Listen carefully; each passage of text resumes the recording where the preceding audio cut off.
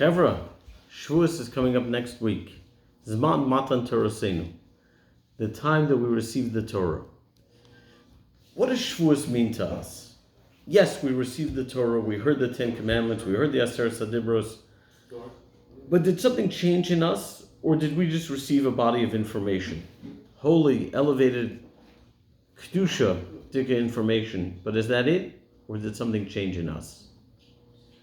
In order to answer that question, we need to start with going back to something that I discussed on Torah Gone Viral earlier this week.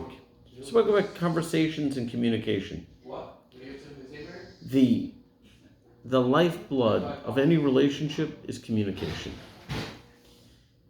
And at the core of communication is language. We could be speaking, we could be communicating, but if we're using words, and it might be the same words, but the word means something to you, which is different to me, we're not communicating. Something's missing over here. Not only that, sometimes the same word means different things in different contexts. The example I gave my children today is awesome. So when you have a 5-year-old boy and you're trying to teach him how to play baseball, you take a plastic bat and a wiffle ball and you show him how to swing, and then you hold the ball and you throw the ball to him. And when finally, after your 300th try, that plastic bat connects with that wiffle ball and it dribbles down a few feet, your reaction is awesome. That means one thing. That means great job. That means you did something great, because that's the beginning of your career. That's your beginning of learning how to play baseball and being part of a team and all that comes with that. When you're talking about the spiritual realm and what goes on in the higher realms of existence and the angels and God and so on, and you use the word awesome, it means something very, very different. It's all about context. There's a word in Yiddish that's used very often in yeshiva, or those who studied in yeshiva use this word often. The word is steig. Are you steiging? It's a verb. Are you steiging, which means are you growing? Are you growing spiritually? Are you growing in your Torah knowledge? It could also mean, it can be used in the context of, are you steiging in your business? Is your business growing? Are you hiring more people? Are you bringing in more revenue? Are you steiging in your workout regimen? Says Rav Hutner in Pachad Yitzchak, the word steig has a very specific meaning. Sure, it can be misused in other contexts, but it means something very specific. See, I have a dear friend by the name of Todd, and a number of years ago, Todd decided to go on a diet. And when he went on the diet, he decided the most efficient way to lose weight was to lower his calorie intake. And he would only eat 500 calories a day. 500 calories a day is incredibly little. And we all tried to convince him that was dangerous. He should not be doing that. Eventually he realized that. He switched his diet. For a baby, though, for an infant, 500 calories, a newborn infant, is fine. But as you grow and you develop, as the baby grows and the internal organs develop and so on, 500 calories is no longer enough. It was enough to have 500 calories then, but now that the baby grew, the baby can no longer tolerate that. The baby needs more for its existence and continued growth. That's the nourishment it needs. Steig, Rav Hutner says, refers to growth in a way that you can no longer tolerate less. Maybe there's a point in time where your Torah study was sufficient if you just heard the rabbi's drasha on Shabbos. Or you opened the book of Torah once a week when you were at services. But you've grown, you've steig. You can no longer do that. Your neshama needs Torah study on a daily basis. You need to study daily. Maybe it was okay to put on tefillin once a month, but now you can't do that. Now you need to put on tefillin daily. Maybe it was okay to do an act of kindness periodically, but now your neshama, your soul, who you are, needs more. Needs more. It needs to exercise the godliness within yourself by caring for others. That's what it meant by the term steig. I can no longer tolerate less. When we talk about eating, there are two different experiences. There's drinking water and eating the most basic foods.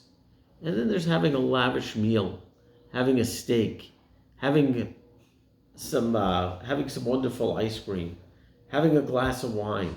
What's the difference? I don't think you've ever gone out to a fancy restaurant and had a 5-course meal and got up and said, that glass of water at the beginning of the meal was awesome.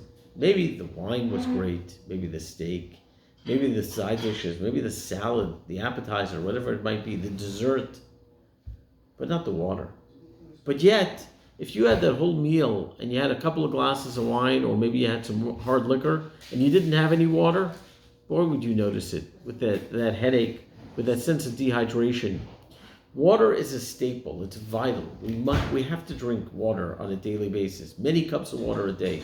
There's certain foods that we need, certain minerals and vitamins that we need for our health. And then there's food that's luxury. It might not have that much value in terms of health and nutrition. It might not be something you absolutely need, but you enjoy it. And typically, those two categories don't meet. The absolute necessities and the luxuries are two separate points, two separate groupings of foods. But as we'll see in Torah, this is not the case. Hashem comes to the Jewish nation and says, would you like the Torah? Immediately, Klal Yisrael, the Jewish nation's reaction is Na'aseh v'nishma. We will do and we will hear. We will do and we will hear. What do you mean you'll do and you'll hear? You'll hear and then you'll do. How do you do more than you know? How do you do more than you've heard, more than you've been taught? There's a Mishnah in Pirkei Avos, in Ethics of the Fathers. The Mishnah says, Kol mi shema'asav merubah michachmaso, chachmaso miskayemes. If your actions exceed your wisdom will be sustained. In other words, you could say that teach me, and as I know, I will implement. As you teach me how to be a kind person, I will do acts of kindness. As you teach me how to be a spiritual person, I will do mitzvot. As you teach me how to act in a relationship, I'll be a kind spouse or a parent or child. But if I don't know, what can I do? Or you could say the other way around. I'm committed. I'm committed to being a godly person. I'm committed to being a Torah-observant Jew. I'm committed to being a person of spiritual connection. I'm completely committed. The problem is I don't know what to do. As you teach me, I will implement. But the commitment is there. Says Hashem, in my world, it's like you've fulfilled it all. Commitment is key. You are completely committed, you've done it all. And that's actually what motivates a person. When you make a commitment, you want to know how to act, how to make good on your commitment. Well, teach me, and I want to understand. If I'm committed to being a Torah observant Jew, I want to understand what being a Torah observant Jew is, and why is that important. So it motivates me to study. It motivates me to take that in. So the Mishnah is saying the only way to sustain your wisdom cannot stay abstract. Even Torah cannot stay abstract. Wisdom has to be implemented, has to be lived, taken from the realm of the brain to the heart to the actions, to the realm of action to doing. The way to sustain your wisdom is to do.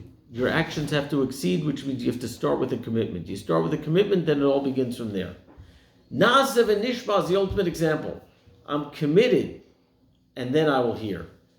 The hearing is just a detail to express my true commitment. But look at what happens. When the Jews say Na'aseh v'nishma at Har Sinai, Mount Sinai, what is the reaction? What's God's reaction? Hashem says, Mi gila roseh lebanai. Who revealed the secret to my children? This is amazing. In other words, this is angelic quality. What's an angel? An angel's whole existence is to be a messenger to fill out the will of Hashem, the will of God. That's what the angel is. I'm a messenger. I'm a conduit to express this message from Hashem. When we said Na'aseh v'nishma, what we were saying is we are people of commitment. We voluntarily said we are people where our whole essence is to live that godly life. We did that voluntarily. But now there's a shift once we do that. And what's shifted is that the only way to sustain wisdom is to make that commitment. In other words, what happened at Mount Sinai was things changed from us being people that would just decide voluntarily to engage in Torah to people who our whole essence is Torah, and if we don't have it, something's missing at our core. I can't exist without Torah. That's what's changed. It went from voluntary to this is the core of my existence. I can't live without it.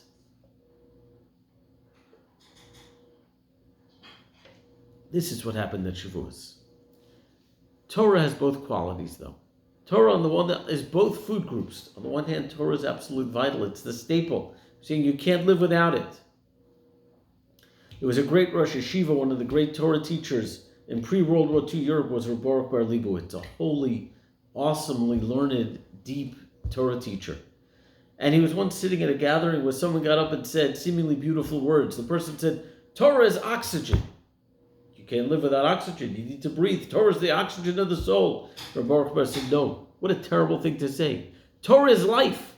Torah is not oxygen for life. It's not something separate from life. It is life. On the other hand, it's the greatest source of pleasure, the greatest source of joy. There's a beautiful story told of a man in the DP camps right after World War II, sitting on the floor, forlorn, depressed, emaciated, wearing the rags that he wore in the concentration camp. And a visitor walked over to him and said, Reb Yid, how can I help you? What can I do for you? Sir, what can I do? Can I get you a pair of shoes? Can I get you a shirt, some pants, a coat? Can I get you something to eat? And with burning eyes, this Holocaust survivor looked at him and said in Yiddish, Ich darf a Baba Kama. I need the volume of Baba Kama from the Babylonian Talmud. I need a Gemara Baba Kama. And this guest didn't understand. He said, really, let me get you something. What can I get you? He said, I've gone 5 years without opening a Talmud, without studying Torah. I need to study Torah. Torah is life. On the other hand, it's the greatest source of pleasure. There was a great rabbi who I had the privilege of knowing on some level, Rabbi Shmuel Birnbaum. He was dean of the Mir Yeshiva in Brooklyn, a great yeshiva in New York. And he's a man who went through great suffering in his life. He lost his entire family during the Holocaust. He survived by escaping before the war and spending the war years in Shanghai, China, but he lost his entire family. He came to the United States, he married, he built a family, and he lost 2 adult children in his own lifetime. He lost a grandchild as well. He went through a lot of suffering, a lot of difficult times. But he was a man whose joy in life was Torah study. Torah study was his life, not just as what he needed, but it was his greatest pleasure. They say a story that Rabbi Birnbaum walked onto a plane. And as he walked onto the airplane, he passed first class. And there was a Jewish man in first class, and the Jewish man stood up and said, Rabbi Birnbaum, I feel so guilty. The rabbi is walking into coach. I'm sitting in first class. Take my first class seat. I'll go sit in coach. And Rabbi Birnbaum looks at him with disdain and says, what are you talking about? He says, if you want to help me, come with me to coach. Find the man sitting next to me or the woman sitting next to me. Send them into first class. Sit next to me and let's study Torah for the plane ride. That'll give me pleasure. The pleasure of studying and teaching Torah.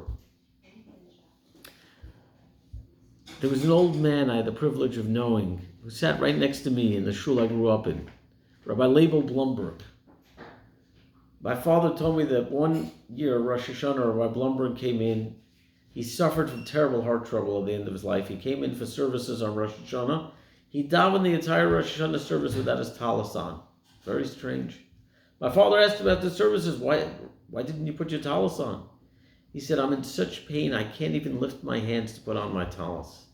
But yet, my father told me after services, after davening, a man came over to him to discuss a concept of Torah, and he was like a lion, discussing it and loving it back and forth. And this man told me once, he said, I'm in pain a whole day from my heart trouble. But when I study Torah, I don't feel any pain.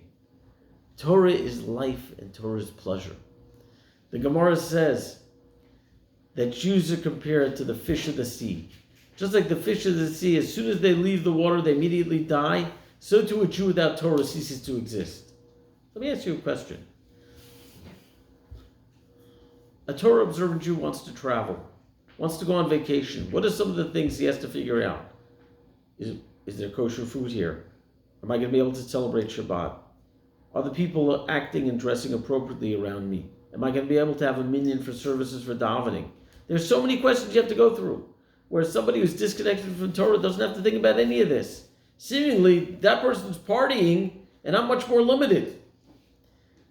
answers, one of the great thinkers of the 20th century, that it's just like the fish of the sea. You ever watch a fish swimming in the water? Fish looks so peaceful and really boring. Just swimming back and forth, moving through the water. And then when the net catches the fish and it comes out of the water, suddenly the fish starts jumping around and prancing around like mad. And if you don't know anything, you look at it and say, wow, now it's partying. Look, it's dancing. It's like it's in the club over here on the boardwalk. It looks like it's having a great time. Well, what's the answer? The fish is fighting for life. The fish is dying. People could look like they're partying, but deep down they're looking for something meaningful. There's something dead inside of them. There's something that's seeking to bring back to life, to revive. I once sat with one of my students who was very successful in his own field, did very well. And we had a few l'chaims and maybe a few more l'chaims. And then he started talking and he said, what am I doing in my career? He said, I really want to teach. I want to make a difference. My career, whatever it is, big deal. It brings in a lot of money, but so what? What difference am I making? Torah is the ultimate vehicle for meaning. It's the base of life and it's the pleasure of life. We say in the evening service in Ma'ariv, "V'nismach b'divrei sorasecha u'mitzvosecha lo'olam va'ed." We rejoice with the words of your Torah forever. Ki heim chayenu v'orech, because they are our lives and the length of our days. Torah is our life, and Torah is the greatest source of pleasure. It's both of them.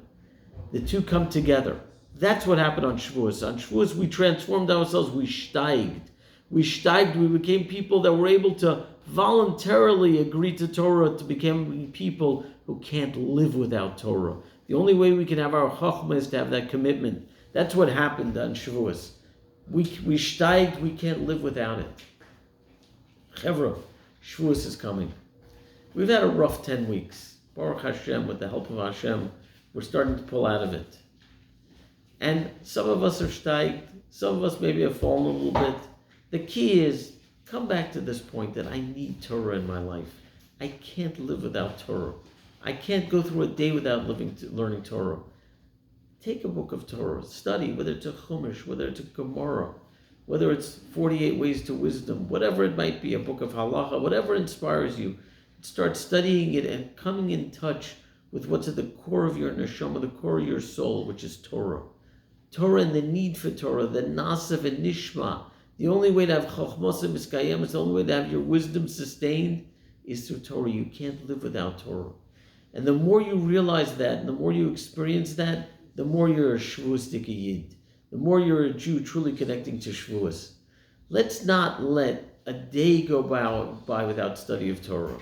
Everyone on their own level. For one person it's 5 minutes a day, for one person it's an hour or two a day. Let's not let a day go by, and let us come in touch with the awesome pleasure of Torah, of understanding Torah, of seeing the brilliant wisdom of Torah, and also of how Torah is the base of our lives. Torah is not just oxygen, it's life itself, and I can't go without Torah. And the more I can connect and see this, the more I'm truly experiencing Shavuos in my life. Have a wonderful Shabbos. I look forward to seeing you over Shabbos, whether it's coming to daven together, whether it's coming to visit for a l'chaim and study some Torah outside. But I love each of you and I miss you, and let's keep on steiging together.